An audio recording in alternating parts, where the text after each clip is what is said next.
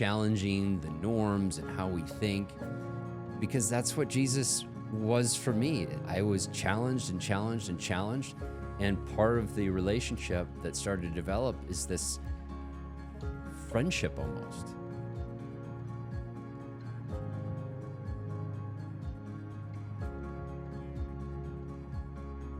Welcome back to the O Coalition. Today is going to be a brief little snippet of The Lowly Prophet. And if you're familiar with The Lowly Prophet, you know it's book one in a series that's coming, and there will be 11. The next one that is in the series is The Veil Breaker. But The Lowly Prophet is one where it's kind of fun because I've never done this type of work. I was afraid to really embrace, the relationship that I have with Christ and the dynamics of doing spiritual support work and integration work. So this was a big departure. I have a history of being an entrepreneur and I was in business. And so as I was really coming into the realization that, I have this unique perspective, having gone through a serious mental health crisis, come out the other side healthy, and attributing in all of it to the teachings that Jesus taught us.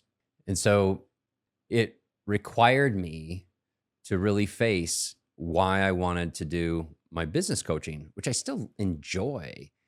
And I tried bringing this work into the business world, and it just didn't quite fit the way that I had hoped. It was watered down, and it had to kind of take Jesus out of the picture in order to be more secular, to potentially meet more people. At least that was the way I was doing it.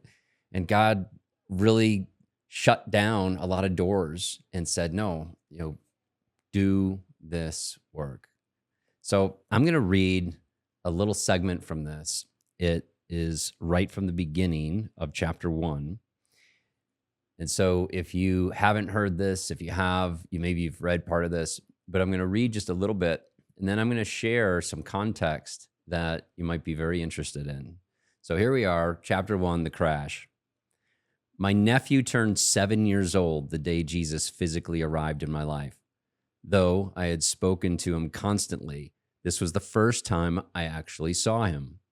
Amidst the celebration and surrounded by family and friends, I distinctly recall holding a piece of vanilla cake on a red and white and gold paper plate, a superhero barely visible beneath the sugary delight. Before taking a bite, I glanced up amidst the chaos of moving bodies and saw a familiar figure standing beside the birthday boy. Between me and the open sliding glass door, which led to quite a lush backyard paradise, was Jesus. Now, it goes on with a mystical and extraordinary adventure into healing and discovery and faith, challenging the norms and how we think, because that's what Jesus was for me. I was challenged and challenged and challenged. And part of the relationship that started to develop is this friendship almost, this intimate relationship of whole thinking.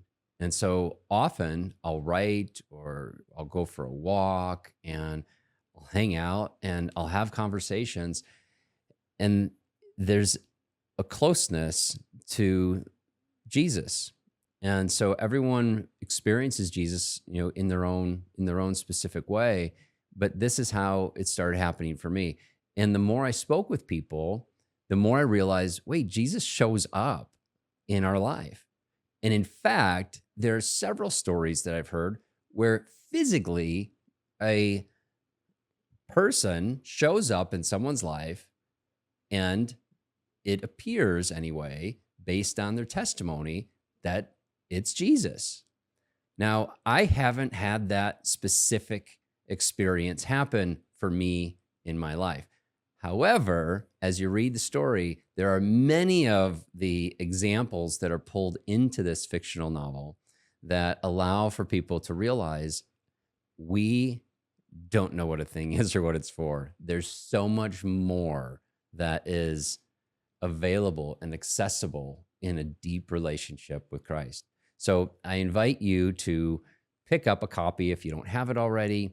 If you are interested in the audiobook is, it might be available by the time this posts, but it's nearly done. I'm very excited to get that out and share that with people because it's one of the ways I love to read. So I hope you enjoy The Lowly Prophet, and we'll talk next time.